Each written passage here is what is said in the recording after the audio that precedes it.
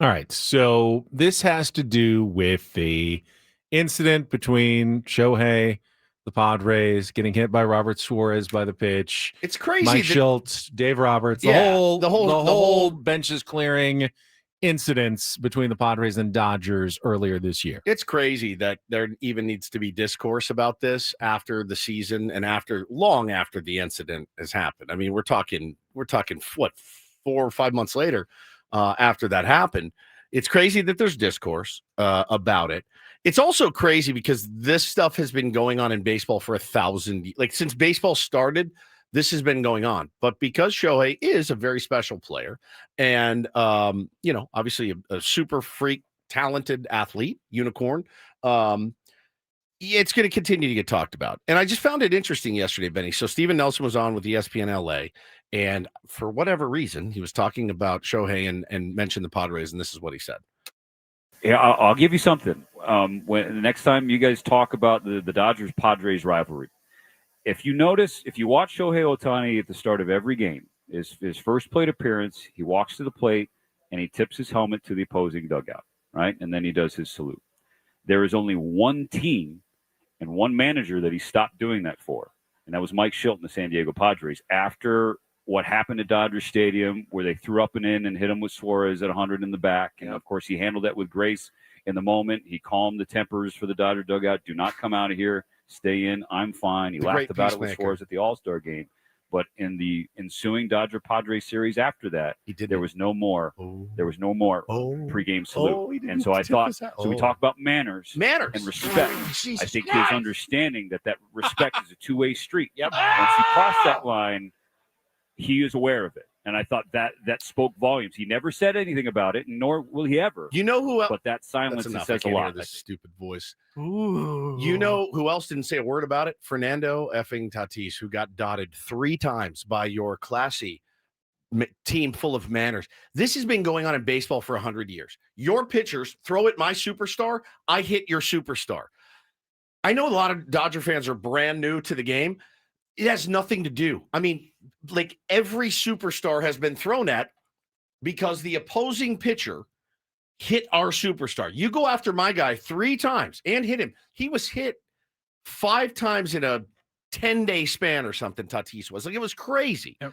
It was crazy how much they went at him. I don't believe that. But manners, bro. Tatis didn't say a word. I don't believe that the Dodgers threw inside at Fernando Tatis Jr. because they were disrespecting him. They throw at him inside because he's dangerous and they respect him.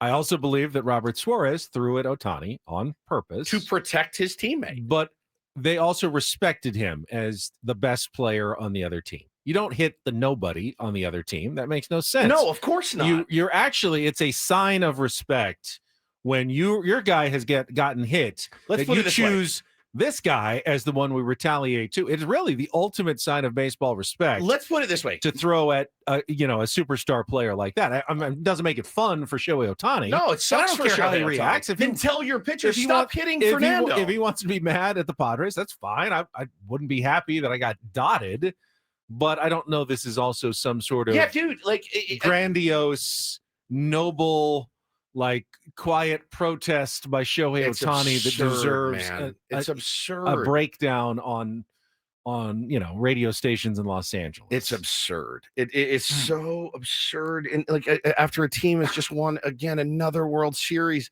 this is what they're talking about. And again, let's put it this way: all the teams I've ever played on, you know who's never been thrown at intentionally? Me.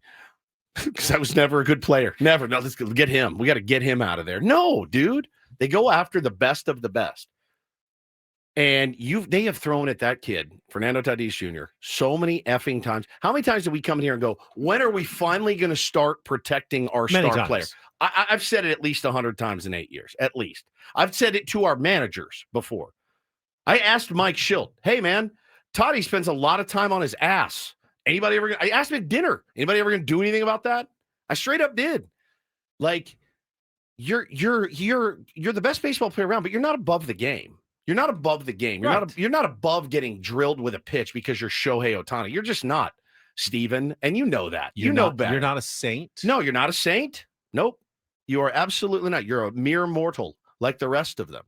And if you go 5 times at our superstar and we go at you once, and then you're going to S your pants and soil your diapers about it, this is what makes him so unlikable. It makes him so unlikable. I'm not going to tip my cap to you. BFD. Like, beat us on the field. You did. Congratulations. You guys are a great That's team. a guy that's never been involved in any controversy or any sort of. Oh, right. Exactly. No, I thought you meant Steven Nelson. No. Dude, this has been going on for 100 years, if not more. You get my guy, I'm coming to get your guy. You get my best player, I'm getting your best player. It may be childish, it may be foolish, but that's the way the game's always been played. And I think that's the way the game should be played. And I'll tell you what, I was really proud of Robert Torres for dotting Shohei Ohtani in the back with a fastball because, frankly, he deserved it. He deserved it. That's how the game is played. That's how it's always been played. That's how it should always be played. I don't mind. You're talking a 5-to-1 ratio here. I don't mind that Otani played peacemaker there. No, good for him. Yeah, that's his. You know, I think we said that the next morning. We absolutely did. I think I even said, like, "Hey, man, totally diffused the situation," and he knew. Okay, it's coming, and I wore it, and he wore it like an absolute king, and walked down the first base. It's odd though that he knew it was coming, handled it well, and then didn't tip his cap. But then decided to make a silent protest out of it in the future. They showed, if you were listening on the radio, that clip. They had found some online clips. I don't know that it proves anything, but they showed him tipping his cap to other teams, and then the next game or whenever it was against the Padres, not tipping his cap as he stepped, to lead off the game. To the dugout like he normally does. I don't know if that's a 100% conclusive. Will he do it next year? Honestly, I don't care. I don't really either. Don't care in the least bit. I really bit. don't either. Tips your cap in the dugout. I don't care. Should we start a movement for the first game at Petco Park where the Dodgers are visiting? Everybody in attendance tips their cap when Otani walks up to the plate. I mean, again, like, you respect Shohei Ohtani because of what he accomplishes on the baseball field. He's an outstanding baseball player, but I don't even like it is shining a light and attention on yourself, but like, Shohei should know that's how the game's played. He should, if it's his right who he wants to tip his hat to, but baseball has always been played this way. You're special, but you're not more special than the game. And that's, I think, my biggest problem with it. What makes you special is your ability. Correct. Outside of that, I can name dozens of other baseball players who are all really great people. I mean, Shohei seems like a fine guy for the most part, but he's not. Nothing besides his baseball ability makes him super special. Right. Don't try to sell that part of it. Just sell what's existing. Sell what's there. He's really good. He is a remarkable unicorn style baseball talent. Correct. Who sleeps a lot and gets up and plays baseball. And does it really well, and then goes back to sleep. What a dream that would be! Hibernates 12 hours that he is not playing. He's not sleeping; he's recovering, and then he plays baseball, and he does it really well. Yep. Loves to watch international soccer at the wee morning hours. Sometimes, who amongst us? Not Mother Teresa. Correct. He's a really good baseball player. Yeah, he takes tons of money and endorsements. It's just so corny, dude. It's so corny. It's just the corniest narrative of all time. The Dodgers are a great team. There's been teams that have won more World Series than the Los Angeles Dodgers. They know how baseball's played up there. A lot of them do. You know how baseball's played. You get my guy, and you didn't just get my guy once. You kept getting my guy. And then your guy got. And you absolutely soil your diapers about it. That's the Dodger way. That's the Dodger way. I think it gives them look who their boss is. I mean, look who their manager is. It gives them some sort of perceived moral high ground. That's it. They believe moral high ground. They believe none of their pitchers were really trying to hit Fernando Tatis Jr. Right. They were just trying to throw extremely inside to Fernando Tatis Jr. But Robert Torres definitely was trying to hit Shohei Ohtani. Sure.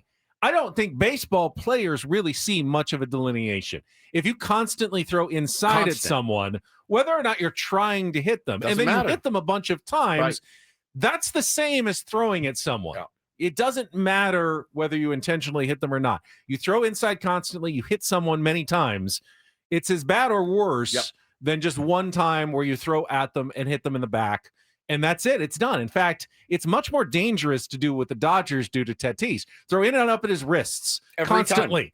The place where you most easily get injured by a hit by pitch, rather than just throwing right at someone's back once. And there's believe me, there's a part of me sometimes that watches this team and I go, man, I wish we would just go full heel, just full heel, like those old, like the Broad Street Bullies. You know what I mean? Like, okay, like I wish that there was a toughness to this team that it was like, no, yeah, we absolutely did that. Drill a guy and then walk right at him. And we're going to do it again. We're going to do it again. If you keep going at our guys, we're going to defend our guys. And honestly, it embarrassingly enough, as a Padre fan, that's one of the first times I've seen somebody defend Tatis ever.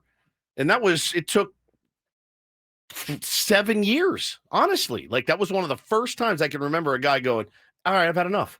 Almost everybody cares about what people think and how they're perceived. So it's hard to just lean into the heel. It is. Role. It's real. I mean, the Dodgers have had the hardest time being the evil empire of any team that I've ever seen ever. They've won the back-to-back World Series.